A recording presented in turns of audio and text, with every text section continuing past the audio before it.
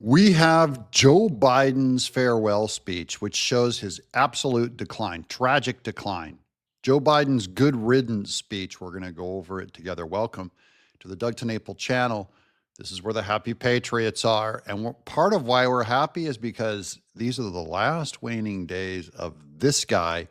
Once Biden gets out of office, I predict you will never hear from him to publicly speak again because it always costs him more that it gives him, including in this speech, which is delivered live. That means they're not able to edit it and edit around his gaffes. Usually when he speaks, they cut, they edit to remove any, his brain freeze up, which displays his crippling despair that they've lied about for 4 years to you. Every time I'm here, this made me so damn proud to be an American. And most all of you as well. That's what you are. One patriotic band of brothers. Vice President Harris, Jill, Doug, Secretary Austin, Secretary Brown, two of the best decisions ever made in my career by my dad. Service secretaries.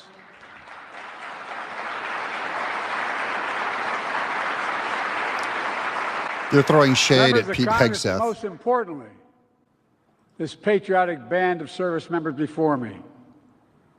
Serving as your commander-in-chief has been the greatest honor of my life. While I'm deeply grateful for your thanks and affection, I'm here to thank you. Thank you for your service to our nation and for allowing me to bear witness to your courage, your commitment, your character. This is all BS. He abandoned his troops in Afghanistan, put them in absolute danger. He undermined and destroyed their code and their unity with DEI, caring more about pumping in special interest groups, and then collapsed recruitment under his watch. That is, the brand of the military was so damaged that all of our branches had less people signing up for recruits. They knew these are like legacy families that had military in for multi-generations, knew, do not put your kids in this military. You can't trust the commander-in-chief. Over the years, I've frequently seen you in action in war zones in Bosnia, Baghdad, Fallujah, Kabul. I was going to bore the hell out of you, but Helmand, Kandahar, and other places. I remember one trip to Afghanistan as vice president. I was at a forward operating base, Wardak Province, which is in eastern Afghanistan. I was asked by a commanding officer to pin a Bronze Star on a soldier for his heroism. A soldier's teammate was hit while driving in a Humvee. And this soldier did everything possible to rescue his colleague from the burning flames. But when I went to pin the medal on him, the soldier looked at me and said, "I don't want it. I don't want it. He died. I don't want it." And in that moment, all I could think about was the incredible courage and humility and moral compass that this soldier had. All of these soldiers do have an incredible moral compass. I'll give an example. They serve under a corrupt commander-in-chief, and they did not, this goes for every military person who I consider a better person than me for serving. I mean, even the DEI ones, right? They signed up, I did not. They're better people than the commander-in-chief. So yes, their humility stays, their service stays. They gave their, they put in their minimum 4 years. And so I got nothing but respect for that. This is not hyperbole. You are simply the greatest fighting force in the history of the world. In the history of the world. That's a fact. That's not hyperbole, that's a fact. And there's never been a time in history when we've asked our military to do so many different things, so many places, all at the same time. And I want to be clear, you've done all these missions with strength, and maybe even importantly, its integrity. When I ask you to end our nation's longest war, it rose to the occasion, evacuating Americans, allies, and our Afghan partners, accomplishing the largest airlift in military history. Gave up a multi-billion-dollar airport in a key region of Afghanistan. We fled under fire. Remember the evacuation with people hanging off of airplane landing gear and falling? That's the kind of complete botch job he did just to make a sacrificial, just to hit an artificial date. He even had many of his military generals saying, don't do this. This is not how you do this. Don't do this. And he demanded it purely for show reasons. That's how much he disrespects all of our amazing servicemen. And then handed over $80 billion worth of hardware and gear, guns, weapons, military equipment to the Taliban, to our enemy. That's what this guy did. He is, don't forget, he's paying them tribute, but him mentioning the pullout of Afghanistan, every soldier there knows that was probably the greatest American military botch job since we left Vietnam. Every day I still carry, every single day. It's my schedule. On the back of the schedule, every single day, at the top since I've been here, it says daily U.S. troops in Afghanistan. U.S. troops have died in Afghanistan. 2,465. Not over 2,000, 2,465. Troops wounded, 20,769. And every day we'll honor their sacrifice for continuing the mission for which they gave their lives. Fighting terrorism. Never showed that piece of paper before. That's a lie. They planted it on him just for this speech. He does not carry that piece of paper with him, or we would have pulled it out before every time this was brought up. So I believe this is a lie. Not only that, but he still has not named the 13 servicemen that we lost, men and women, in that withdrawal. He disrespects them.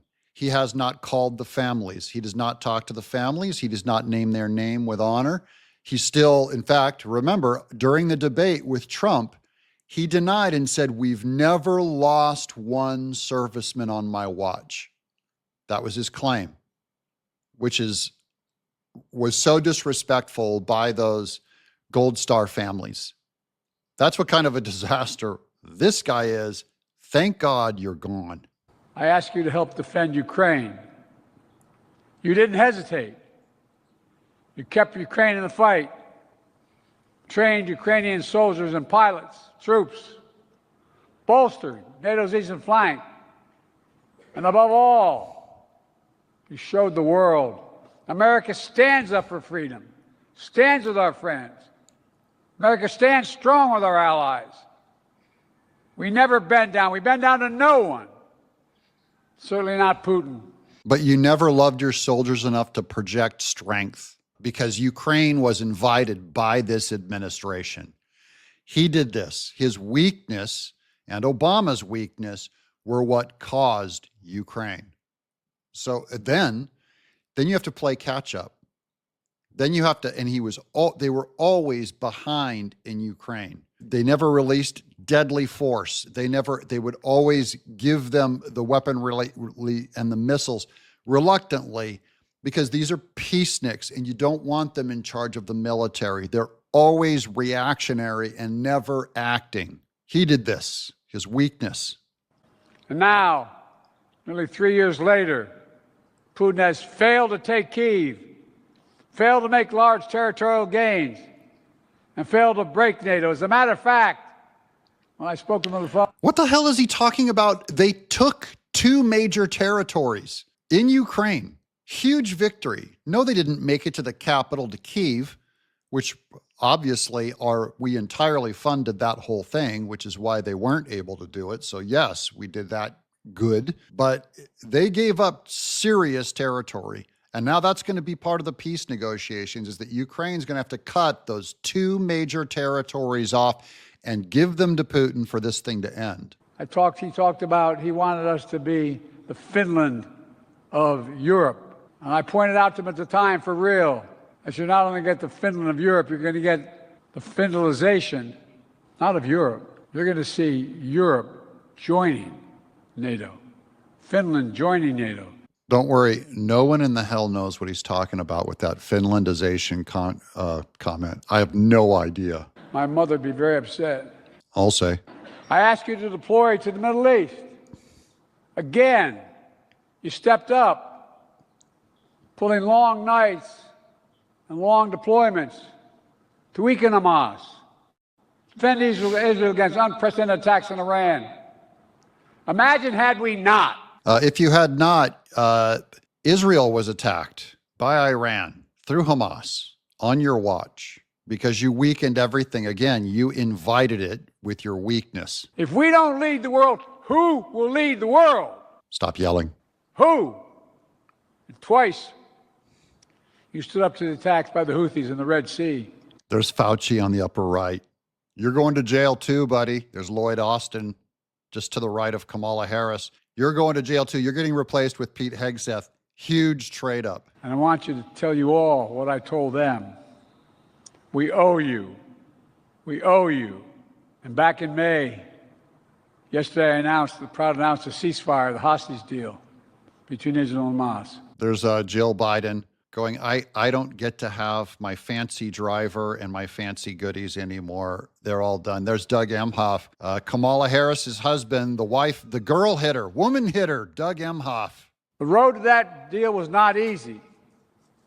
It was 8 months ago I laid down the elements of that deal in May, embraced by countries around the world, because they know we say what we mean. She goes, I have to mow my own lawn now. Overwhelmingly by the UN Security Council. It's taken 8 months of nonstop, relentless effort from my administration to get it done. But because of you, all of you standing behind me, because of you, because of so many diplomats and defense professionals, we kept the pressure on Hamas, and we got it done. Got it. Creepy voice. Done. Creepy. And finally, when I ask you to strengthen America's position in the Pacific, in the middle of all the other conflicts and crises, you said no problem. You kept China in check. Remember when we took office, China was going to overcome the United States economically and politically by 2030. Everybody wrote that, except here in this building. The skies open, the seas free, and our allies close. You established our first trilateral defense partnership with Australia and the United Kingdom. China launched balloons over our country. We have drones over every military base spying on our nuclear and military secrets and our facilities. We did nothing with our military to push back on China. China's making active threats, doing flyovers on Taiwan, all on this guy's watch because of his weakness that he projected. Remember, October 7th happened also on his watch because they knew they'd get away with hitting Israel in that way. We still have American hostages over there. They're only now negotiating a new deal because Trump's coming to office. This guy, to take this kind of a victory lap, you should hang his head in shame. I'm proud of him for being able to read that teleprompter, though. It was America. We did it. I'll say. That's what America does. Our nation is so much, and so many others. Our nation has asked so much, so many others as well. Our nation is acting in terror and terrified and in fear of you being in control, in command. Came home I commuted every day, every single day, over 2,100,000 miles on Amtrak because I lost my family when I first got here. My oldest son one day went home. He was the Attorney General. Oh, no, he used his son. He said, Dad, what are you doing Friday? I said, what do you want me to do? He said, why don't you pin my bars on? I said, what? He said, you're married with 2 children. I said, no, Dad, but someone's got to go. He spent a year in Iraq, won the Bronze Star, Conspicuous Service Medal. But like many others, he was exposed to those burn pits. No. Which were within about half a mile of where he bunked. No. has stage 4 glioblastoma like so many other of our folks. He died of brain cancer, and Biden keeps saying that he died in military duty. It had nothing to do with his military duty from what we know. Stolen valor. The nurses and the doctors who took care of him for so long. I want to take a moment to speak to all military spouses. They'll never see all the moves you had to make. To new states, to new schools, to new jobs. They'll never see the unemployment and food stamps that many of our servicemen and women are on. Food stamps because of you, because you misappropriated funds and paid for DEI instead of paying our soldiers more. What about the soldiers that lost their homes because you canned them because they wouldn't take the shot? Thousands of military people marched out of their service, which you claim to honor, over what we now know is false information because you politicized the science. That's this guy's legacy. Makes me sick. I see it, and Jill saw it. She made it her life's work. She's done everything big and small of an employed mom or dad outside the classroom. Even this morning, she held an event for joining forces. An historic White House initiative to support military and veterans' families. Doug Imhoff, there he is, the guy who knocked up the nanny, the first man. He was almost your first gentleman. He would have been the first gentleman. Spared him. Jill Biden spared her. How tragic for her to watch her husband in public be excoriated, be mocked, leaving the office in shame and basic anonymity. Because as a poet, so for the last time as Commander-in-Chief, I want to say thank you. Thank you. Hooray. Thank you to all the families. We owe you. They're so relieved. We've long said as a nation, we have many obligations. But I say we only have one truly sacred obligation. That's to prepare those we send into harm's way and care for them and their families when they come home and when they don't. But we had to prove that what you had with your disease, all the brain damage, all the brain cancers, were a direct consequence of those toxins or Agent Orange. What toxins caused Biden's brain damage? Adrenochrome? What happened to that guy? But we changed that. Or was it the bag of cocaine that we found in the White House? I want to publicly thank the 9/11 Commission and those of you who are the Vietnam generation. Finally, all you had to prove is that stuff dropped on you and it didn't cause. They didn't have to prove beyond a reasonable doubt it caused your disease. To state the fact, and you're covered. We've invested over $1 trillion in our defense industry base. In real dollars, that's more than America did in any 4-year period during the Cold War. But they spent it on rainbow parades, musical numbers on Navy ships. Hey, all you fabulous faces, it's your girl, Harvey Daniels. I'm SAD, and SAD stands for successful and dangerous. A large percentage of it going to DEI, squandering our country's wealth. I'm going to skip ahead here. Training in the world. We have the most cutting-edge ships, planes, and subs. Falling behind in all categories. Smartest, most well-trained force on earth. Our military spending right now, guys, is absolutely crippled. Our hardware is underperforming, old, calcified. The rest of the world is going on to drone armies. You cannot put an aircraft carrier and send it over to China and have it defend against 10,000 drones coming in with C4 on them to dive bomb into one of our destroyers or a aircraft carrier. Absolutely no defense for that many. Tiny, or they could put a nuclear warhead on one, the delivery system, and it's cheaper than ever. This is a complete military intelligence failure under this president. We have strangled and starved our military of money and resources, both through mismanagement, but also just flat out overall budget, because now we're paying down our debt. We can't afford to expand our military. This is a disaster and a shame. Biden needs to leave office in shame. We ridicule him as a complete clown. Thank God he's gone, because one of the biggest changes you're going to see turn around is going to be in our branches, in our military forces. They're going to be under Pete Hegseth. Pete Hegseth especially talked about our lethality that that we should never be involved in a fair fight. It should be an unfair fight in our overwhelming favor. And if you're not willing to go in and break all the furniture, don't go in and pussyfoot around and start proxy wars by sending guns and stuff to Russia's enemies and China's enemies just for fun. You got to be willing to put all of the strength of your America's reputation, our military, behind every one of them. This is a day of shame for Joe Biden, and I praise our troops. May God protect our troops, and may the damage Biden done be removed by God. I'm Doug in exile.